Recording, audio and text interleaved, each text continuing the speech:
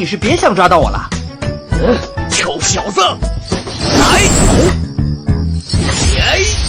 耶！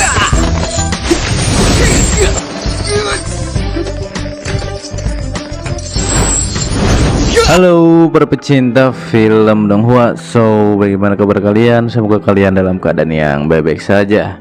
Tentunya di video kali ini bakal melanjutkan series film Donghua yang berjudul Tears of Demon Part 11. Buat kalian yang belum nonton part sebelumnya, silahkan cek di bawah deskripsi video ini, oke?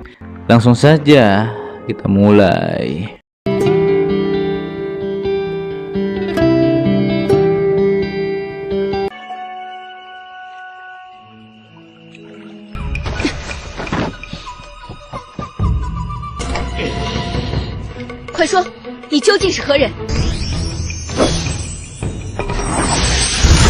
Di lanjutan series ini kita diperlihatkan kata ketua itu adalah berita bagus untuk keluarga keramat, dan Yuha akan menyelidiki hal tersebut.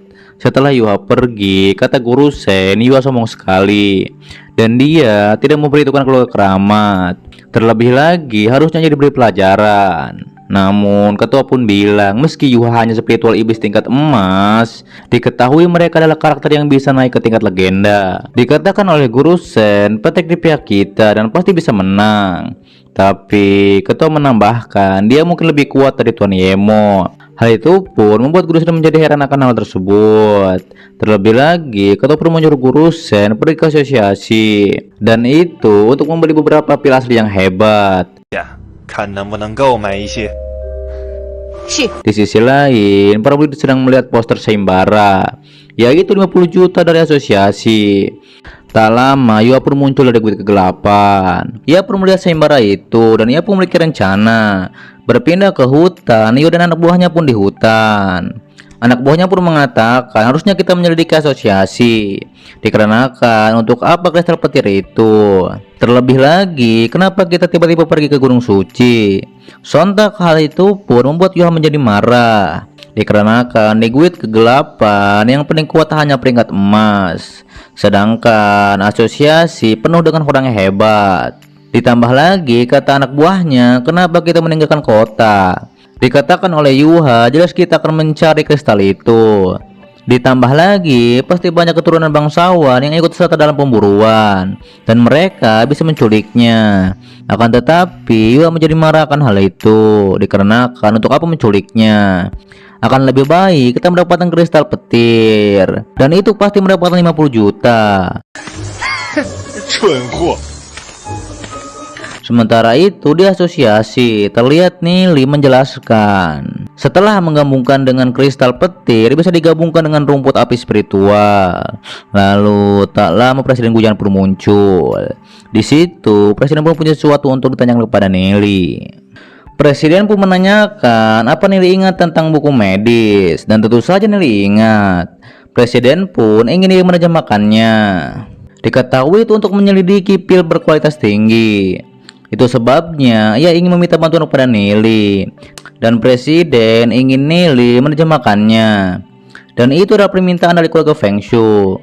Terlebih lagi, keluarga Feng Shui akan mencatat semua yang telah Nili lakukan untuk kota Glory, dan Nili pun setuju akan hal tersebut. Presiden pun ingin segera memulainya. Tapi dikatakan oleh Nili di akhir buku ini itu hanya berbicara tentang dasar-dasar kimia, dan itu tak banyak membantu. Tapi Nili akan tetap menerjemahkannya. Namun diketahui itu hanya sepertiganya. Kata direktur, bukankah itu terlalu sedikit? Tapi kata ketua itu cukup. Dan dia pun langsung saja menyuruh anak buahnya untuk mempersiapkannya untuk Nili. Kemudian Nili pun mulai menerjemahkan buku tersebut. Di sisi lain terlihat Jiung sedang di rumah Nili. Ia pun bilang ini sudah malam dan Nili belum kembali. Tapi tiba-tiba saja Nili muncul dari jendela. Hal itu pun membuat Jiung menjadi malu. Nili pun mengatakan dari ekspresi Jiung sudah pasti Jiung sedang memikirkannya. Namun justru Jiung bilang kalau Nili terus seperti ini ia tak akan memperhatikannya. Nili pun langsung saja memberikan pil asli kepada Jiun, dan Jiun pun menyuruh Nili berhati-hati kepada keluarga keramat, dikarenakan Nili sudah menyinggung Senyu. Kemudian Jun pun akan pulang dikarenakan nanti akan dicari oleh ayahnya. Nili pun menitipkan salam kepada ayah Jun. 不过，你这是在担心我吗？傅大人问好哦。聂离，你又占我便宜。 Kemudian ketika Jun pulang, ia kepergok oleh ayahnya. Ayahnya pun langsung saja memarahi Jun dan mengatakan di dalam kota Glory sudah tidak aman. Terlebih lagi guild kegelapan sedang mengawasi. Hal itu pun membuat Jun dihukum oleh ayahnya, yaitu tak boleh keluar selama 10 hari. Dan lebih baik kalau Jun mengunci diri sendiri untuk berkultivasi.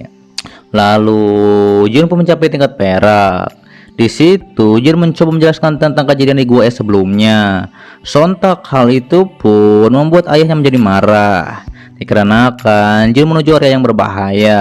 Ditambah lagi kakak Yehan sudah melebihi rank emas dan seharusnya Jun lebih berusaha untuk mencapainya. Ayahnya pun menyuruh Jun beristirahat. Kembali kepada Nili yang sedang jalan santai di kota, tapi tiba-tiba saja ada yang menyerangnya. Diketahui pria tersebut dari guild kegelapan.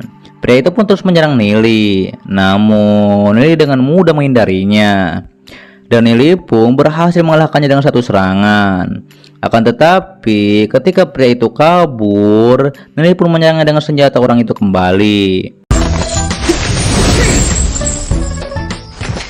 青山不改，绿水长流，我会回来。走了吧。 Tak lama, Piao dan yang lainnya pun muncul. Namun mereka pun kecewa karena musuhnya cuma satu. Terlebih lagi, pria tersebut tidak terlihat kuat. Nili pun merasa ini jebakan dari guild kegelapan, atau mereka sedang merencanakan sesuatu. Sementara itu, Yuha dan anak buahnya yang sedang ada di hutan. Diketahui mereka belum berhasil menemukan kera kristal tersebut. Dan terlihat kera itu sedang tertidur.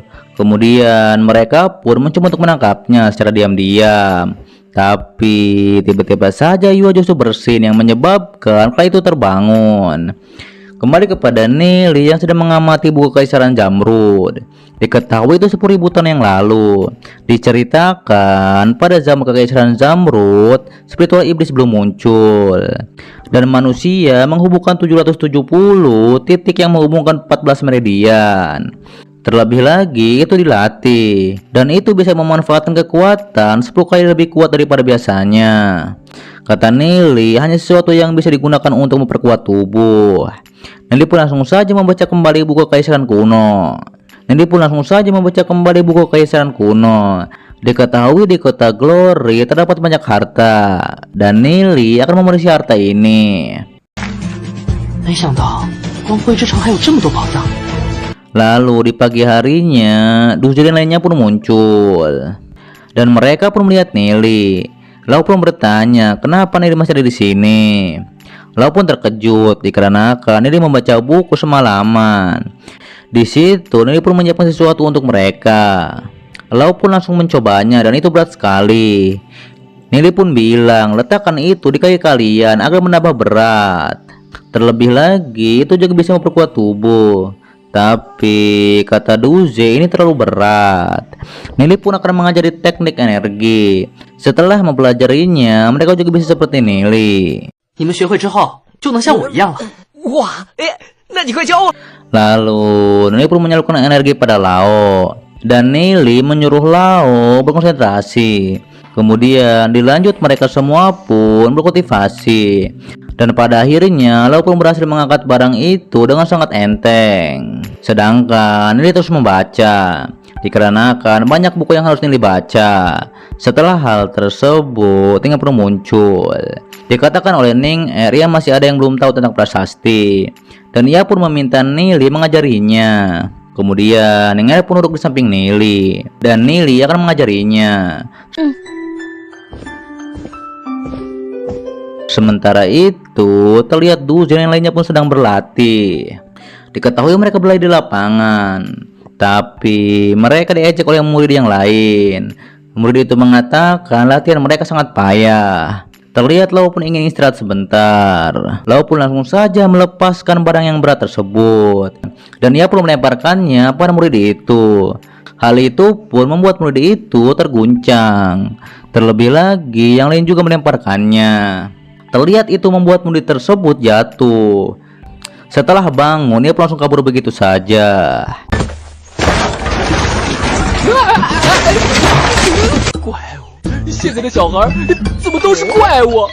Kembali kepada Nili yang sedang menjelaskan tentang prasasti. Ditambah lagi, Nili juga menjelaskan tentang senjata. Kemudian Nili pun mendekat pada Ning Er dan bilang, apakah Ning Er benar-benar mengerti? Lalu Ning Er pun punya masalah lain, yaitu racun di ketua Xiaoyi. Apakah Nili yang melakukannya? Nili pun bilang iya. Tapi Ning Er tak marah kepada Nili, dikarenakan Nili pasti punya alasan untuk melakukannya. Ning Er pun bertanya, apakah Nili punya penawarnya? Akan tetapi dikatakan oleh Nili, ketua Xiaoyi bekerja sama dengan kulit kegelapan. Ditambah lagi, ia ingin menyakiti kita. Nili juga menambahkan, keluarga Keramat juga terlibat. Dan kenapa mereka bisa memasuki kamp pelatihan tanpa kendala? Nili pun menyuruh Ning Er berhati-hati. Di situ Ning Er juga bilang pada Nili harus berhati-hati, dikarenakan kulit kegelapan tak mudah untuk disingkirkan. Namun kata Nili, tak usah khawatir, dikarenakan orang seperti Nili pasti bisa hidup ribuan tahun. Lalu Ning Er pun punya masalah lagi, yaitu buku yang tak bisa ia pahami. Kata Nili, bukankah itu teknik kultivasi ganda? Diketahui itu bukan baru-baru ini, dan itu juga bisa meningkatkan efek kultivasi. Kemudian Nili pun mengajak Ning Er. Diketahui Nili akan menunjukkannya. Sementara itu terlihat Shenfei kesal dikarenakan ia melihat hal tersebut. 是这样吗？对，再往上一点。你，我也让你死无葬身之地。 Kembali kepada Yuha dan anak buahnya. Terlihat mereka pun berhasil membunuh kera kristal tersebut. Dan anak buahnya menyuruh segera bawa ke asosiasi dan mendapatkan 50 juta. Lalu berpindah ke asosiasi. Terlihat di situ seseorang memberikan sesuatu, yaitu kristal kera petir. Diketahui orang tersebut adalah kiriman dari ketua Yesio. Di situ ia juga membayar direktur untuk makan malam. Namun direktur menolak ajakan tersebut. Lalu tak lama Nili pun dipanggil oleh direktur. Dikatakan oleh Nili, apakah direktur sudah menemukan kristal kera itu? Dijawab oleh direktur, Tuan Yesio menikmati seseorang untuk memberikannya kera kristal petir. Terlebih lagi, sekarang semua bahan sudah terkumpul. Direktur pun menyerahkan kristal itu pada Nili. Di situ Nili pun berjanji, ia akan membuat pil terbaik dengan efek terbaik. Terlihat direktur pun menggoda Nili, bagaimana cara ia berterima kasih kepada Nili. Kemudian terlihat Kurusen dan yang lainnya pun bilang pada asosiasi bahwa mereka telah menipu. Ia bilang ketika kera kristal didapatkan mereka tak mau membayar. Namun kata murid asosiasi, direktur sebelumnya sudah mendapatkan kristal petir itu. Tapi tetap saja Kurusen dan yang lainnya tak terima dengan hal tersebut. Lalu tak lama direktur pun muncul. Direktur mengatakan, siapa yang bilang ia tak bisa membayar 50 juta? Kata direktur, asosiasi tak kalah kaya dari keluarga Keramat. Lalu anak buah Gorusen memberitahu bahwa asosiasi telah mengeluarkan pil baru. Anak buahnya mengatakan lebih baik Gorusen tak menyinggung mereka. Direktur pun menunjukkan kristal petir tersebut. Gorusen pun mengeceknya dan sepertinya kualitasnya lebih tinggi dari kita. Di situ Gorusen pun langsung meminta maaf dikarenakan ini salah paham. Kemudian mereka pun pergi. Tapi direktur bilang asosiasi menawarkan 300 juta. Diketahui itu untuk mencari kristal naga bumi. 我们炼丹师协会愿意出3亿妖灵币收购一枚地龙。杨理事，告辞。 Kembali pada Nili yang sedang membuat pil. Nili pun langsung menanyakan ada apa di luar. Dikatakan oleh direktur itu adalah para pencari hadiah kera petir, dan mereka pikir kita belum memilikinya. Terlebih lagi keluarga Keramat juga mengirim seseorang ke hutan untuk mencarinya. Akan tetapi direktur pun menawarkan membeli kristal naga bumi, yaitu seharga 300 juta. Di situ direktur pun menawarkan sesuatu yang Nili mau, tapi Nili bilang ia tak mau diganggu. 大大不了。但最重要的是心无杂念。 Berpindah di tempat keluarga keramat, Guru Shen pun memberikan kristal petir tersebut pada Yuha. Guru Shen juga mengatakan asosiasi sudah mendapatkan kristal petir itu. Terlebih lagi Yuha dan yang lainnya sudah kehilangan satu orang. Kata Guru Shen, ia sudah membawakan barang-barang dan sisanya pesan sendiri. Lalu anak buah Yuha menyarankan menyerang asosiasi, dan itu untuk mendapatkan pil. 不如我们趁夜攻进炼大师协会，洗劫大药。我们走。是。 Kembali pada direktur yang memegang pil yang sudah selesai dibuat oleh Nili. Dan setelah menyerap pil itu, direktur pun pasti akan melewati kebuntuan.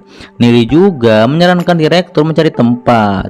Diketahui itu untuk menyerap pil tersebut, dan Nili juga harus pergi. Tapi tiba-tiba saja murid direktur melapor bahwa ada beberapa alkemis dari asosiasi diserang. Diketahui itu ketika mereka mengumpulkan obat, dan mereka telah dikirim ke presiden untuk dirawat.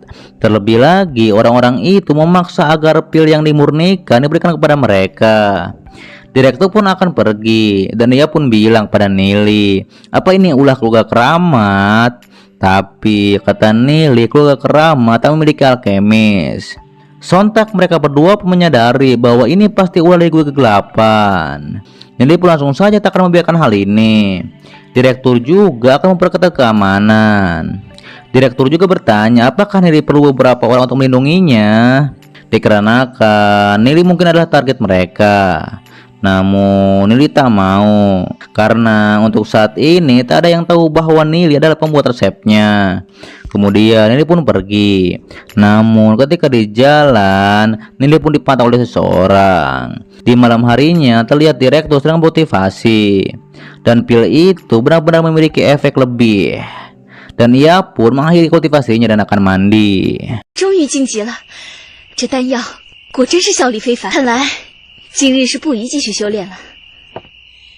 Ketika direktur sedang mandi, direktur pun menyadari ada seseorang, dan ia pun langsung saja memakai baju. Lihat di situ direktur pun langsung membuka pintu, lalu masuklah seorang pria. Direktur pun langsung saja menyerangnya. Kemudian direktur pun menyerang pria itu kembali sampai ia memuntahkan darah.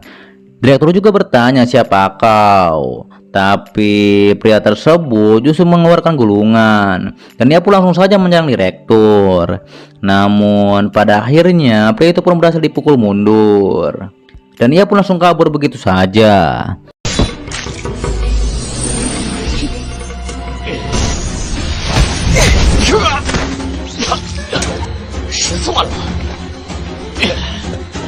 Kemudian tak lama para murid direktur pun muncul. Di situ direktur menyuruh untuk mengejarnya. Terlihat di situ Presiden Guyan juga muncul. Tapi tak lama direktur pun pingsan dikarenakan luka yang ia terima. Berpindah pada ketua akademi, ada yang melapor bahwa direktur diserang. Terlebih lagi ia diracuni sampai pingsan. Lalu ketua pun memerintahkan untuk mengirim 200 profesional untuk melindungi asosiasi. Kemudian terlihat Nili sedang di perpustakaan. Tak lama Luju dan Lau pun muncul dan mengatakan bahwa direktur telah diserang. Nili pun langsung saja menuju ke sana. Akan tetapi ia dihadang oleh Huyan. Huyan mengatakan ia telah mencari Nili dengan banyak usaha. Dan tentu saja bersambung di part 12 dan seterusnya. Dan ini merupakan Tales of Demon's Good ya, bagian ke-11 ataupun part ke-11-nya. Dan terima kasih buat kalian yang selalu mensupport channel ini dan selalu ada di channel ini dan selalu menonton video sampai habis. Sangat-sangat terima kasih dan semoga kalian baik-baik di sana dan sehat selalu ya. Dan untuk notif berikutnya nyalain lonceng, tentu saja subscribe, oke?